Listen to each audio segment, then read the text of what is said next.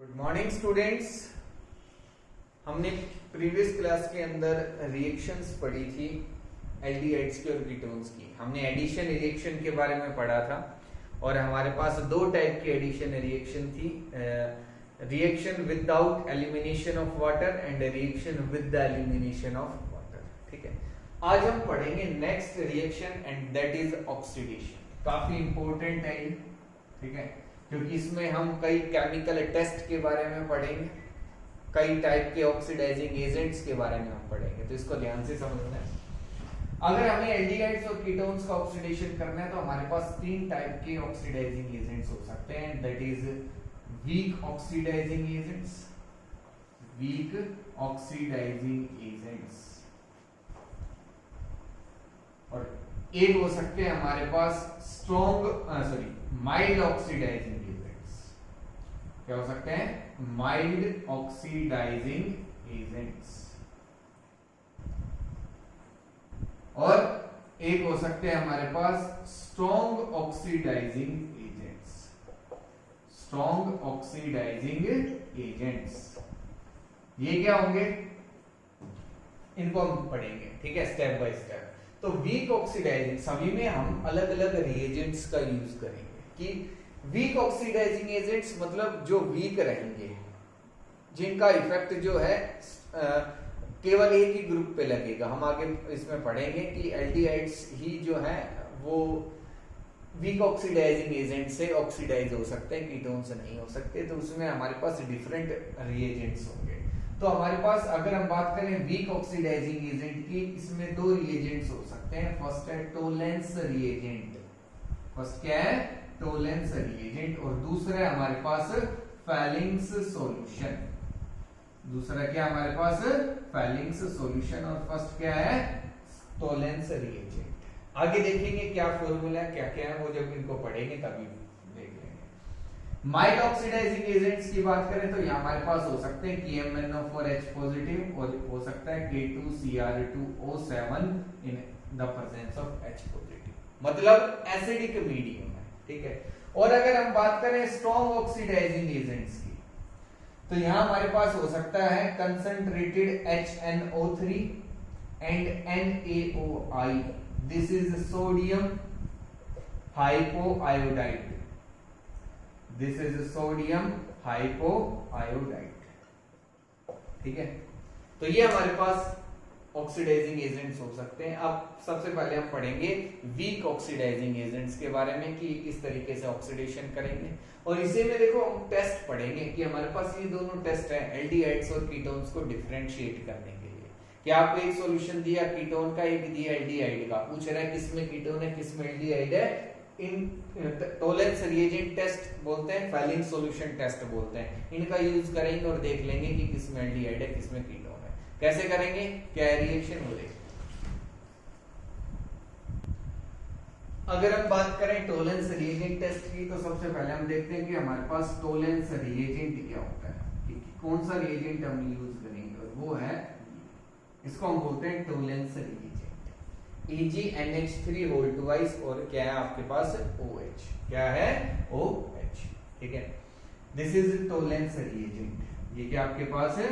Tollens reagent, Tollens reagent होगा यहाँ oxidation ही, यहाँ क्या होगा? Oxidation.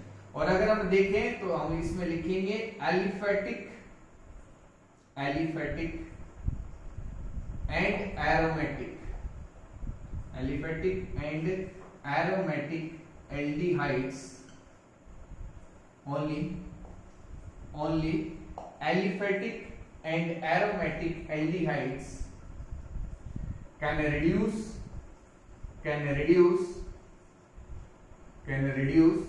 Tollens reagent, can reduce Tollens reagent, not ketones, not ketones। Aromatic aldehyde हो या एलिफेटिक एल्डिहाइड हो, दोनों ही जो है टोलेंस रिएजेंट को रिड्यूस कर सकते हैं। हम पढ़ रहे हैं ऑक्सीडेशन, तो रिडक्शन, रिड्यूस का मतलब है देखो टोलेंस रिएजेंट ये जो है वो एल्डिहाइड्स का ऑक्सीडेशन करेगा, तो एल्डिहाइड्स इसका क्या करेंगे? रिडक्शन करेंगे। तो हम कह रहे हैं अब वो तभी पॉसिबल है कि जब ये उनका ऑक्सीडेशन करेगा, तभी उनका ऑक्सीडेशन करेगा, तभी ये रिड्यूस हो सकता है। तो हमने लिखा only aliphatic and aromatic aldehydes can reduce Tollens reagent, not ketones, but not ketones. Ketones जो है वो इसको रिड्यूस नहीं कर सकते, मतलब ये जो है वो कीटोन्स का रिडक्शन कीटोन्स का ऑक्सीडेशन नहीं कर सकता। ऐसा क्यों? Because ketones are less reactive, because ketones are less reactive than aldehydes, कम रिएक्टिव होते हैं एल्डिहाइड से, जिसकी वजह से ऐसा होता है। ठीक है, तो क्या रिएक्शन होगी? आपके पास है aldehyde R C double bond O और H, इसकी रिएक्शन हम करवाएंगे AgNH3 होल ट्वाइस और OH। ठीक है, तो आपके पास जो प्रोडक्ट फॉर्म होगा वो होगा RCOO negative, this is carboxylate ion, this is carboxylate ion. तो आपका जो एल्डिहाइड है वो किसमें कन्वर्ट हो गया? किसमें ऑक्सीडाइज हो गया? एल्डिहाइड। ये किसमें ऑक्सीडाइज हो गया? कार्बोक्सिलेट आयन में। Addition of oxygen is known as oxidation. Simply हम देख सकते हैं एक ऑक्सीजन है या दो है, तो इसका क्या हो गया? ऑक्सीडेशन हो गया। कार्बोक्सिलेट आयन बनेगा, मतलब इसके साथ यहाँ कोई कैटायन, कोई मेटल प्रेजेंट हो सकता है कि Na पॉजिटिव, K पॉजिटिव और इस तरीके से। ठीक है, कोई भी कैटायन हो सकता है, अमोनियम भी मिल सकता है आपको, NH4 पॉजिटिव। तो इस तरीके से आपको कोई कैटायन इसके साथ मिलेगा, लेकिन ये एक आयन होगा, कार्बोक्सिलेट आयन इसको हम बोलेंगे। इसके साथ आपके पास फॉर्म होगा H2O। ठीक है, या हम इसमें लिखेंगे Ag फॉर्म होगा, H2O एंड NH3, ये हमारे पास साइन प्रोडक्ट हो गए। और ये हमारे पास सिल्वर फॉर्म हो जाएगा। क्या फॉर्म हो जाएगा? सिल्वर। इसको सिल्वर मिरर टेस्ट भी बोला जाता है। क्या बोला जाता है? Silver mirror test. Silver mirror test क्यों बोलते हैं? क्योंकि ये जो सिल्वर फॉर्म होता है ना, ये एज ए मिरर की तरह एक्ट करता है। सिल्वर जो है उसका कलर आपने देखा सिल्वर होता है, शाइनी सरफेस होता है, तो जो वो सिल्वर फॉर्म होगा वो एज ए मिरर की तरह एक्ट करेगा, हमें लगेगा कि कोई मिरर है वहां, तो इसलिए हम इसको बोलते हैं सिल्वर मिरर टेस्ट। क्या बोलते हैं? Silver mirror test. तो हमारे पास यहाँ जो है वो सिल्वर फॉर्म हो जाएगा, तो इसको सिल्वर मिरर टेस्ट भी बोला जाता है। और ये केवल एल्डिहाइड्स जो है वो शो कर सकते हैं। तो आपको एक कीटोन दिया, एक एल्डिहाइड दिया, टोलेंस रिएजेंट टेस्ट करेंगे, जिसमें सिल्वर फॉर्म हो जाएगा उसमें हम कह देंगे कि वो एल्डिहाइड है, और जिसमें नहीं होगा वो क्या रहेगा? कीटोन होगा। क्या होगा? कीटोन रहेगा। ठीक है, तो ये तो था सबसे पहले टोलेंस रिएजेंट टेस्ट। दूसरा देखते हैं क्या है हमारे पास? Fehling solution test. नेक्स्ट है हमारे पास फैलिंग सॉल्यूशन टेस्ट। और फैलिंग सॉल्यूशन टेस्ट से पहले हम देखेंगे फैलिंग सॉल्यूशन होता क्या है। तो हमारे पास दो टाइप के फैलिंग सॉल्यूशन होते हैं, फैलिंग सॉल्यूशन ए, फैलिंग सॉल्यूशन ए, इसको इस तरीके से भी लिख सकते हैं, फैलिंग सॉल्यूशन ए। और एक होता है हमारे पास फैलिंग सॉल्यूशन बी। क्या होता है? Fehling solution B. ठीक है, इसमें होता है हमारे पास एक्वस CuSO4, कॉपर सल्फेट, और यहां हमारे पास होता है sodium potassium tartrate, sodium potassium tartrate present होता है। टार्टरिक एसिड से फॉर्म होता है, किससे फॉर्म होता है? टार्टरिक एसिड से। तो जब हम ये टेस्ट करवाएंगे तो इन दोनों को हम मिक्स कर देंगे, Fehling solution A plus Fehling solution B, Fehling solution B. तो हमारे पास अब ये जो सॉल्यूशन रहेगा उसमें हमारे पास प्रेजेंट होगा कॉपर हाइड्रोक्साइड प्लस NaOH। हम किसका यूज करेंगे? NaOH। तो ये हमारे पास ओवरऑल सॉल्यूशन के अंदर रहेगा, copper hydroxide and sodium hydroxide. क्या प्रेजेंट होगा? Copper hydroxide and sodium hydroxide. ठीक है, तो देखो क्या रिएक्शन होगी और कौन कौन ये रिएक्शन शो कर सकते हैं। तो इसमें हम लिखेंगे ओनली एलिफेटिक। ठीक है, इसमें हम लिखेंगे only aromatic, sorry aliphatic, so only aromatic aldehydes, only aromatic aldehydes can give this test, can give this test. Aliphatic और एरोमेटिक का क्या मतलब है? एरोमेटिक मतलब जब बेंजीन के ऊपर CHO लगा हुआ है, और एलिफेटिक जब चेन कंपाउंड जो है CH3CHO फॉर एग्जांपल, ये एलिफेटिक है, ये एरोमेटिक है। तो एरोमेटिक जो एल्डिहाइड्स हैं वो ये टेस्ट शो कर सकते हैं, ना ही कीटोन करेंगे और ना ही एलिफेटिक एल्डिहाइड्स ये टेस्ट शो करेंगे। तो आपके पास क्या होगा कि RCHO, या हम लिख सकते हैं ArCHO एल्डिहाइड है, इसकी रिएक्शन हम करवाएंगे CuOH और ट्वाइस प्लस NaOH। आपके पास जो प्रोडक्ट फॉर्म होगा वो होगा ArCOO नेगेटिव, कार्बोक्सिलेट आयन होगा। यहाँ भी क्या फॉर्म हो जाएगा? Carboxylate ion. Ar में रिप्रेजेंट कर रहा हूं एरोमेटिक, कोई आपके पास रिंग है, कोई कंपाउंड है, तो Ar से हम रिप्रेजेंट कर रहे हैं। सिंपली मैं RCHO भी लिख दूंगा तो भी कोई दिक्कत नहीं है, ठीक है, कि R कोई भी ग्रुप हो सकता है, ये एरोमेटिक कंपाउंड भी हो सकता है, एरोमेटिक रिंग भी हो सकता है, तो कैसे भी लिख लो, कोई दिक्कत नहीं इसमें। ये ArCOO नेगेटिव फॉर्म हो गया, प्लस H2O फॉर्म होगा, ठीक है, क्या फॉर्म हो जाएगा आपके पास? H2O, और Cu2O फॉर्म होगा। इसके हमारे पास मिलेंगे रेड प्रेसिपिटेट्स। कैसे प्रेसिपिटेट्स होंगे? Red precipitates. कॉपर ऑक्साइड है, क्या हमारे पास है? Copper oxide. और ये ही हमें आइडेंटिफाई करने में हेल्प करेगा कि आपके पास कोई एल्डिहाइड है या कीटोन है, कोई एल्डिहाइड है या कीटोन है। क्योंकि अगर रेड प्रेसिपिटेट्स फॉर्म हो गए तो इसका मतलब है कि आपके पास एल्डिहाइड है। क्या है आपके पास? एल्डिहाइड। अगर कीटोन हो गया या आपके पास एलिफेटिक एल्डिहाइड है तो वो ये रिएक्शन शो नहीं करेंगे और उनके अंदर रेड प्रेसिपिटेट्स फॉर्म नहीं होंगे।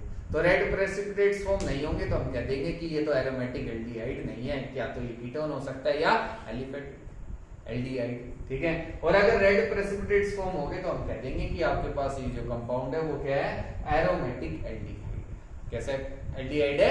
Aromatic aldehyde.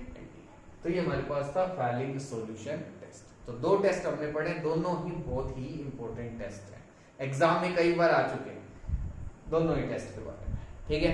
तो ये तो हमने पढ़ा वीक ऑक्सीड, और देखो ये ऑक्सीडेशन कर रहे हैं, इसने भी क्या किया? इसको ऑक्सीडाइज कर दिया। क्या कर दिया? ऑक्सीडाइज कर दिया। तो हमने ऑक्सीडेशन देखा, वीक ऑक्सीडाइजिंग एजेंट्स है दोनों ही केसेस में। अगर हम बेसिकली देखें तो एल्डिहाइड्स का ऑक्सीडेशन कर रहे हैं। किसका ऑक्सीडेशन कर रहे हैं? एल्डिहाइड्स का, कीटोन्स का नहीं कर रहे। तो दोनों ही टेस्ट एल्डिहाइड्स और कीटोन्स को डिफरेंशिएट करने के लिए किया जा सकता है, ठीक है। नेक्स्ट हम पढ़ेंगे माइल्ड ऑक्सीडाइजिंग एजेंट्स के बारे में। तो वो क्या है, कैसे रिएक्शन शो करेंगे वो देखते हैं। नेक्स्ट अगर हम बात करें माइल्ड ऑक्सीडाइजिंग एजेंट्स की, तो हमारे पास दो ऑक्सीडाइजिंग एजेंट्स हो सकते हैं, potassium permanganate in acidic medium and potassium dichromate in acidic medium, ठीक है। तो यहां अगर हमने लिया है कोई एल्डिहाइड, इसकी रिएक्शन मैंने करवाई KMnO4 के साथ इन एसिडिक मीडियम और K2Cr2O7 के साथ इन एसिडिक मीडियम, तो यहाँ क्या कर देंगे? इसका ऑक्सीडेशन, और इसको कन्वर्ट कर देंगे कार्बोक्सिलिक एसिड में। इसमें कन्वर्ट कर देंगे कार्बोक्सिलिक एसिड, ठीक है। तो हमने एल्डिहाइड को कन्वर्ट कर दिया कार्बोक्सिलिक एसिड में, ऑक्सीडेशन हो गया। क्या हो गया? ऑक्सीडेशन। और यहाँ भी ऑक्सीडेशन जो होगा वो आपका केवल एल्डिहाइड्स का ही हो सकता है। फॉर एग्जांपल CH3CH2CHO रिएक्शन मैंने करवाई KMnO4 इन एसिडिक मीडियम, क्या फॉर्म हो जाएगा? CH3CH2COOH, प्रोपेनोइक एसिड फॉर्म हो गया। क्या फॉर्म हो गया? प्रोपेनोइक एसिड, ठीक है। तो इसमें भी हम लिखेंगे ओनली एल्डिहाइड्स, ये हम लिख सकते हैं only aldehydes, only aldehydes get oxidized by mild oxidizing agents, by mild oxidizing agents, by mild oxidizing agents, ठीक है। तो माइल्ड ऑक्सीडाइजिंग एजेंट से केवल एल्डिहाइड से ऑक्सीडाइज हो सकते हैं, यहाँ भी कीटोन्स ऑक्सीडाइज नहीं होंगे। तो हमने दो जो पढ़े हैं, पहले वीक ऑक्सीडाइजिंग एजेंट्स और माइल्ड ऑक्सीडाइजिंग एजेंट्स, दोनों ही किसको ऑक्सीडाइज करेंगे? एल्डिहाइड्स को, कीटोन्स को नहीं करेंगे। किसको नहीं करेंगे? कीटोन्स को। अब हम पढ़ेंगे स्ट्रॉन्ग ऑक्सीडाइजिंग एजेंट्स के बारे में। नेक्स्ट है स्ट्रॉन्ग ऑक्सीडाइजिंग एजेंट, और इसमें हमारे पास दो ऑक्सीडाइजिंग एजेंट्स है, कंसंट्रेटेड HNO3 और दूसरा हमारे पास है NaOI। या इसको हम इस तरीके से भी लिख सकते हैं NaOH एंड I2। काफी इंपॉर्टेंट है वो रिएक्शन भी, ठीक है, और ये भी। तो देखो सबसे पहले पढ़ते हैं रिएक्शन विद कंसंट्रेटेड HNO3। तो अगर आपके पास है एल्डिहाइड RCHO और इसकी रिएक्शन आपने करवाई कंसंट्रेटेड HNO3 के साथ, तो आपके पास कार्बोक्सिलिक एसिड फॉर्म हो जाएगा। क्या फॉर्म हो जाएगा? Carboxylic acid. और अगर आपके पास है कोई कीटोन और उसकी रिएक्शन आपने करवाई कंसंट्रेटेड HNO3 के साथ, तो ये भी किसमें कन्वर्ट हो जाएगा? Carboxylic acid. किसमें कन्वर्ट हो जाएगा? कार्बोक्सिलिक एसिड के अंदर, ठीक है। तो दोनों में ही कार्बोक्सिलिक एसिड फॉर्म हो रहे हैं। रिएक्शन कैसे होगी वो देखते हैं एक बार। एल्डिहाइड्स में तो सिंपल है कि आपके पास है CH3 CH2 CHO। अगर आपने रिएक्शन करवाई कंसंट्रेटेड HNO3 के साथ, तो आपके पास जो प्रोडक्ट बनेगा वो होगा CH3 CH2 COOH। Propanoic acid form हो गया। क्या फॉर्म हो गया? Propanoic acid. किससे? प्रोपेनॉल से। जितने कार्बन इधर हैं उतने ही कार्बन उधर होने चाहिए, ना तो कम करने हैं और ना ही ज्यादा आपको करने हैं, ठीक है। तो एल्डिहाइड्स में तो सिंपल है, आसानी से कर सकते हैं। अब हम बात करते हैं कीटोन्स की, क्योंकि कीटोन्स के केस में ये यहाँ कुछ हमें इंपॉर्टेंट समझना है, ठीक है। कोई इंपॉर्टेंट कॉन्सेप्ट है, क्या है वो देखते हैं। कि आपके पास है CH3COCH3, ये कीटोन है। अगर इसकी रिएक्शन में करवाता हूं कंसंट्रेटेड HNO3 के साथ, इसके साथ करवाते हैं कंसंट्रेटेड HNO3 के साथ, तो देखो क्या होगा कि आपके पास बॉन्ड ब्रेक होगा।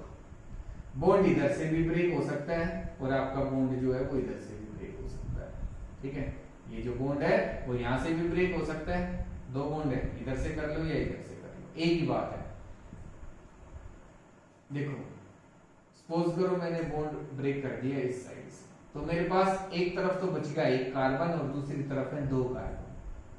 जब मैं बॉन्ड यहां से ब्रेक कर रहा हूं तो मेरे पास दो कार्बन है। जब मैंने बॉन्ड इधर से ब्रेक कर दिया तो यहाँ दो कार्बन है और इधर भी एक कार्बन है। तो सेम है कि यहां से ब्रेक कर रहा हूं, जब भी दोनों साइड दो, जब एक साइड दो कार्बन है और दूसरी साइड एक कार्बन है, ऐसा ही है। तो सेम कंडीशन आ रही है, तो कहीं से भी बॉन्ड हम ब्रेक कर सकते हैं। जब मैंने बॉन्ड ब्रेक किया तो एक तो आपके पास जो कार्बोक्सिलिक एसिड बनेगा वो होगा CH3COOH। CH3COOH, यहां से दो कार्बन एटम्स का कार्बोक्सिलिक एसिड हमने फॉर्म कर दिया। और इसके साथ जो बनेगा, अब यहाँ एक कार्बन एटम है तो एक कार्बन एटम का कार्बोक्सिलिक एसिड बन जाएगा HCOOH। This is acetic acid and this is formic acid. कौन सा एसिड फॉर्म हो गया?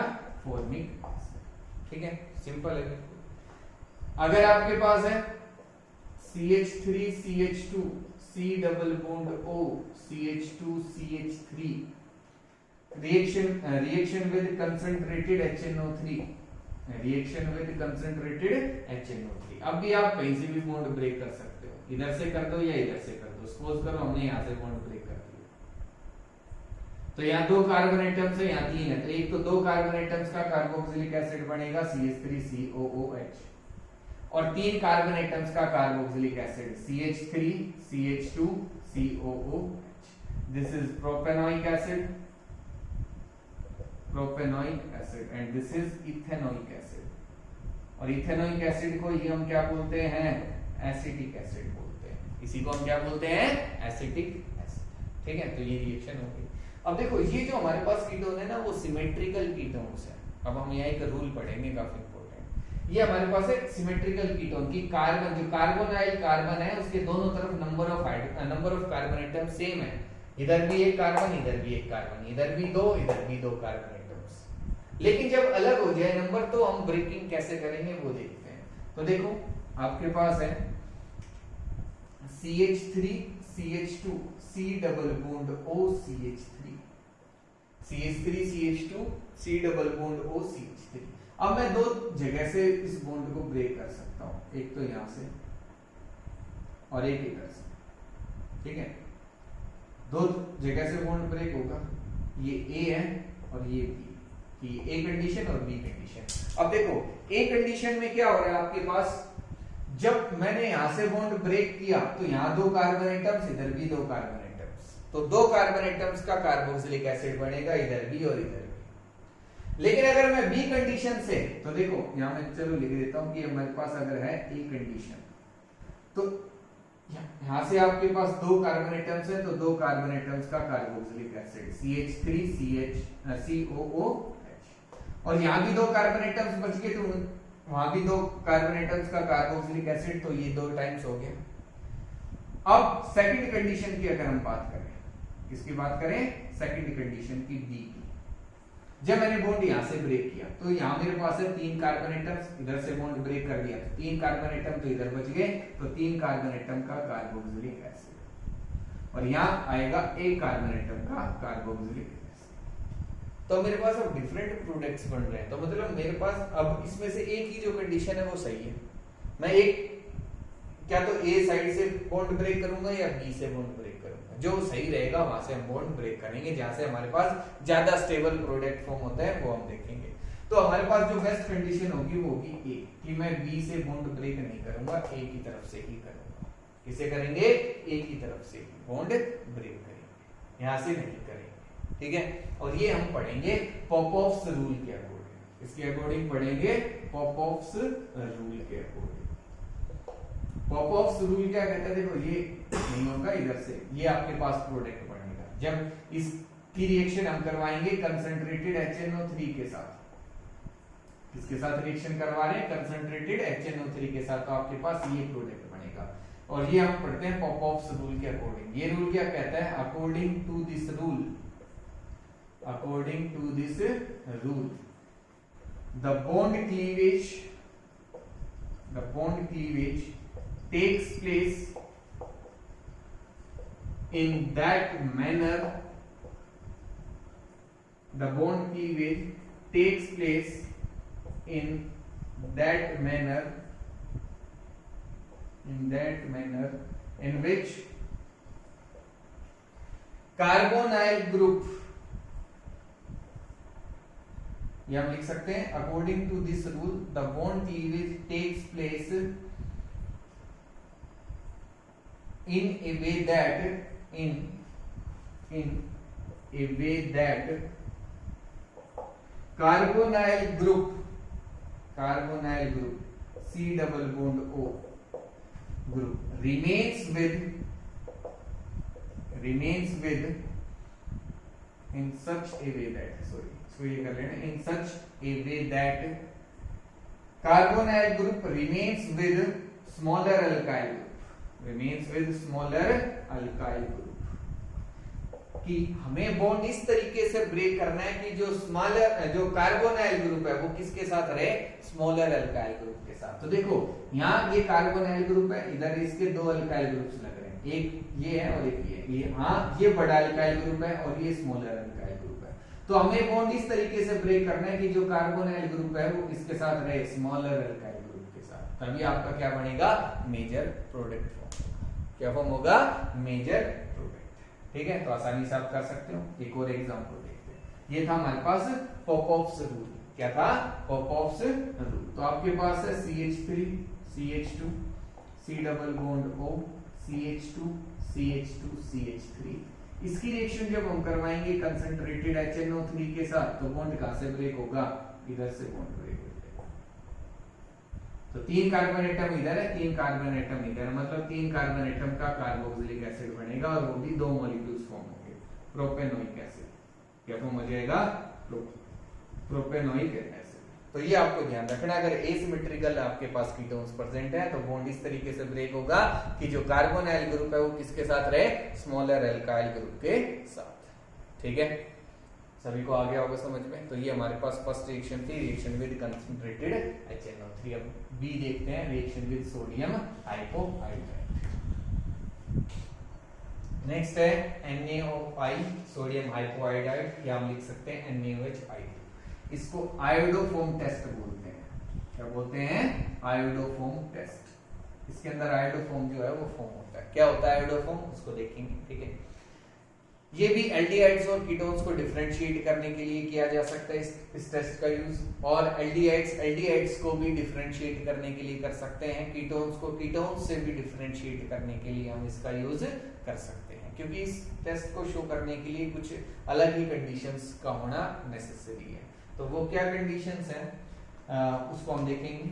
ठीक है, पहले अगर हम रिएक्शन की बात करें तो आपके पास है अगर CH3 C double bond O और H, ठीक है, इसकी रिएक्शन अगर मैंने करवाई NaOH और I2 के साथ, किसके साथ करवाई?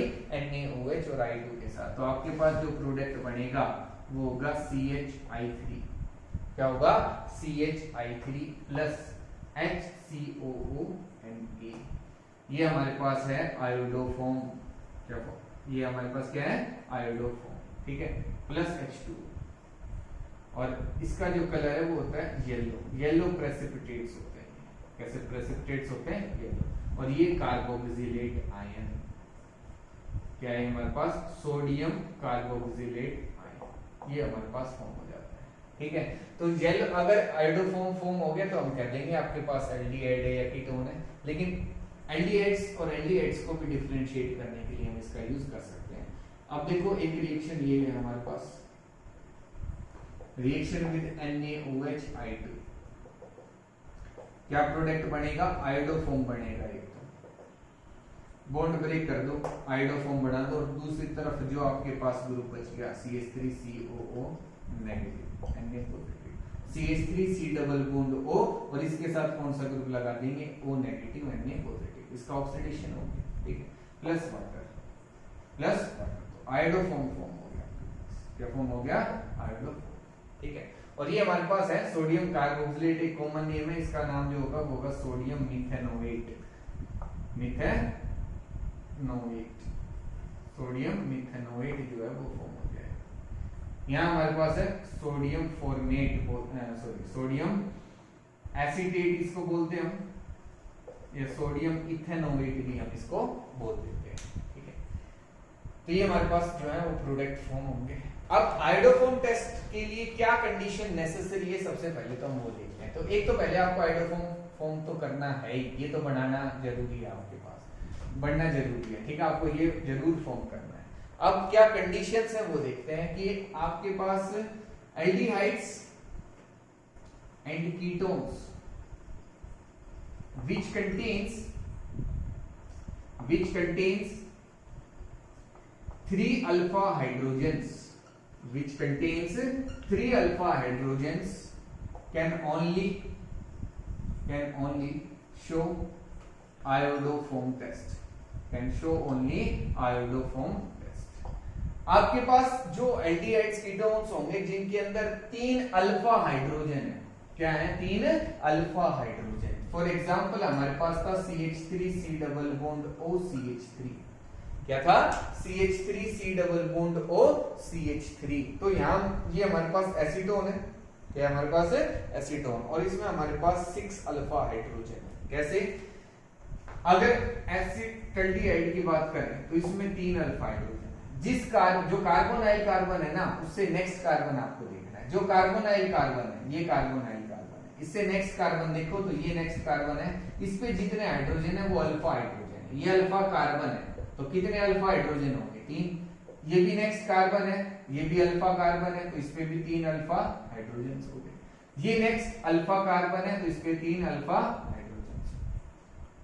तो 3 अल्फा हाइड्रोजन जो होने नेसेसरी है आयोडोफॉर्म टेस्ट शो करने के लिए, आयोडोफॉर्म टेस्ट शो करने के लिए। अगर आपके पास है CH3 CH2 C double bond OH, ये आयोडोफॉर्म टेस्ट शो नहीं कर सकता। क्यों? क्योंकि इसके पास कितने अल्फा हाइड्रोजन है? 2 अल्फा हाइड्रोजन। कितने होने चाहिए? 3 होने चाहिए, तभी आयोडोफॉर्म फॉर्म होगा। ठीक है, येलो प्रेसिपिटेट्स उसके बनेंगे, तभी हम कह सकते हैं कि आपका जो कंपाउंड है उसके अंदर 3 अल्फा हाइड्रोजन है, या वो एक एल्डिहाइड है या कीटोन है। आपसे मतलब टेस्ट पूछेगा एग्जाम के अंदर, 2 कंपाउंड्स देगा, कहेगा इनको कौन सा टेस्ट लगाएं कि डिस्टिंग्विश कर सकते हैं। तो अगर आपके पास एक कंपाउंड तो है ये और दूसरा है ये, बट अब दोनों ही एल्डिहाइड्स हैं, दोनों ही एलिफेटिक एल्डिहाइड्स हैं, तो अब कौन सा टेस्ट लगा सकते हैं? केवल आयोडोफॉर्म टेस्ट हो सकता है, ना तो फेलिंग सॉल्यूशन टेस्ट, ना टोलेंस रिएजेंट टेस्ट, कौन सा टेस्ट हम यूज नहीं कर सकते, आयोडोफॉर्म टेस्ट का हम यहाँ यूज करेंगे। अगर ये हमें दे दिया, ये भी दे दिया, कह रहा कौन सा टेस्ट लगाएंगे, तो भी हम आयोडोफॉर्म टेस्ट का यूज कर सकते हैं, क्योंकि ये कंपाउंड तो आयोडोफॉर्म टेस्ट शो करेगा, वो नहीं करेगा। ठीक है, तो ये था हमारे पास आयोडोफॉर्म टेस्ट। क्या था, आयोडोफॉर्म टेस्ट। अब हम इसका एक बार मैकेनिज्म और देखते हैं कि इसका मैकेनिज्म क्या है, हमारे पास CH3 कैसे फॉर्म हो रहा है। अगर हम बात करें मैकेनिज्म की, तो हमने लिया CH3 C double bond OH, ठीक है। रिएक्शन हमने करवाई NaOH के साथ, NaOH के साथ। तो क्या होगा कि ये जो 3 अल्फा हाइड्रोजन है ना, तीनों ही आयोडीन से रिप्लेस हो जाएंगे, तीनों ही किससे रिप्लेस हो जाएंगे, यहाँ आयोडीन से। और next C double bond O और H, C double bond O और H।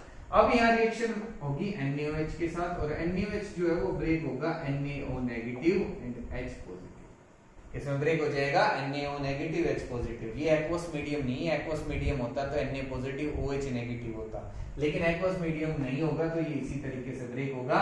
और यहाँ अब जो इलेक्ट्रॉन्स हैं वो आपके शिफ्ट हो जाएंगे इस कार्बन एटम में, और ये ब्रेक हो जाएगा। जब ये ब्रेक होगा तो अब इस कार्बन पे तो पॉजिटिव चार्ज, और 3 लग रहे हैं हमारे पास आयोडीन ग्रुप, और यहाँ C डबल बॉन्ड O और H, सॉरी इस पे कैसा चार्ज आएगा, नेगेटिव चार्ज आएगा, क्योंकि इलेक्ट्रॉन इस पे मूव कर रहे हैं, तो यहाँ कार्बन पे नेगेटिव, और इस कार्बन पे जो ये कार्बोनाइल कार्बन है उस पे कैसा चार्ज, पॉजिटिव। तब ये नेगेटिव जो है वो तो अटैक कर देगा आपका इस कार्बन पे, कार्बोनाइल कार्बन पे, और ये अटैक कर देगा हाइड्रोजन पे। तो जब हाइड्रोजन पे अटैक कर दिया तो इसके साथ क्या लग गया, एक हाइड्रोजन और 3 आयोडीन। This is iodoform. ये तो क्या आपके पास आयोडोफॉर्म है। और आपके पास यहाँ क्या बच गया, देखो H, चलिए इसको इस तरीके से लिखेंगे, H C double bond O, H पे इधर लिख दिया C डबल बॉन्ड O, और इस कार्बन के साथ क्या जुड़ गया, ONA। ये तो था सोडियम मिथेनोएट, ये इसको हम लिख सकते हैं सोडियम फॉर्मेट। क्या है ये हमारे पास, सोडियम फॉर्मेट। तो ये फॉर्म हो जाए, इस तरीके से हमारी रिएक्शन होती है आयोडोफॉर्म टेस्ट वाली रिएक्शन। ठीक है, NaOH सोडियम हाइपोआयोडाइड के साथ रिएक्शन एल्डिहाइड्स की या कीटोन्स की। तो ये सब पार्ट था ऑक्सीडेशन का। इसमें हमने 3 टेस्ट पढ़े, Fehling solution test, Tollens reagent test and iodoform test. तीनों ही काफी इंपॉर्टेंट है, आपको अच्छे से करने। एग्जाम में 2 नंबर के आते हैं टेस्ट, कोई किसी भी यूनिट से आ सकते हैं। जैसे हमने एल्कोहल्स प्राइमरी, सेकेंडरी और टर्शियरी एल्कोहल्स में लुकास टेस्ट पढ़ा था, तो वो भी पूछा जा सकता है। इसमें भी कोई भी आपसे टेस्ट पूछ सकते हैं, कंपाउंड दे सकते हैं। और लास्ट जो चैप्टर उसमें भी हम 1-2 टेस्ट पढ़ेंगे, वो भी आपको करने हैं। तो आज इतना ही कर रहे हैं। इसमें कोई भी डाउट रहे तो मेरे से जरूर पूछेंगे। नेक्स्ट क्लास के अंदर हम रिडक्शन पढ़ेंगे और आगे रिएक्शंस देखेंगे। ठीक है, थैंक यू।